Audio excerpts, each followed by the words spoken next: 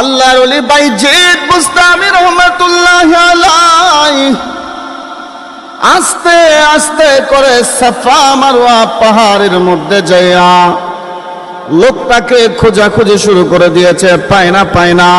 হঠাৎ করে তাকাইয়া দেখে গো, ওই বান্দাটা একটা পাহাড়ের চূড়ার মধ্যে বৈশা আল্লাহ রব্বুল আলামিনের কাছে দোয়া করে, মালিক রে,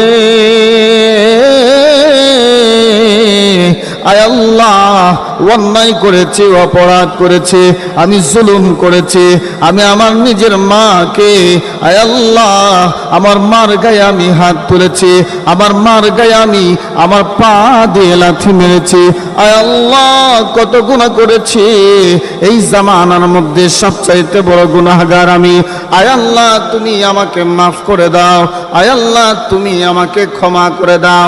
মাঝে মধ্যে দেখা যায় যে হাতখানা দিয়া আল্লাহ রব্বুল আলামিনের কাছে মুনাজাত করে ওই হাত দিয়া মাথার চুলগুলো আবার টেনে টেনে ছিঁড়ে ফেলে, এমন অবস্থায় আল্লাহর ওলি বাইজিদ বুস্তামি রহমাতুল্লাহি আলাইহি ওই লোকটার কাছে যাইয়া ডাক দেয়া বলে, হে আল্লাহর বান্দা, কি ব্যাপার, এক হাত দিয়া আল্লাহ রব্বুল আলামিনের কাছে তুমি দোয়া করতেছো, আর একটা হাত তোমার কোথায়, তোমার পরিচয়টা কি একটু জানতে চাই।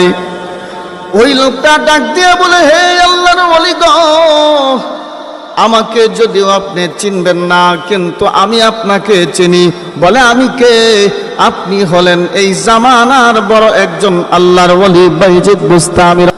আল্লাহর ওলি বাইজিদ বুস্তামি রহমাতুল্লাহি আলাইহি ডেকে বলেন, আল্লাহর বান্দা, বলো না কিসের জন্য তুমি তোমার একটা হাত দিয়া আল্লাহ তাআলার কাছে দোয়া করো, আরেকটা হাত তোমার কোথায়? লোকটা তখন ডাক দিয়া বলে, আল্লাহর ওলি, কি বলবো মনের কথা, মনের ব্যথা মনের মধ্যেই রয়ে গেছে, আমার দুঃখের কথা আপনার কাছে কে বলবো? বাইজিদ বুস্তামি রহমাতুল্লাহি আলাইহি বলে, তুমি বলো, কি বলতে চাও?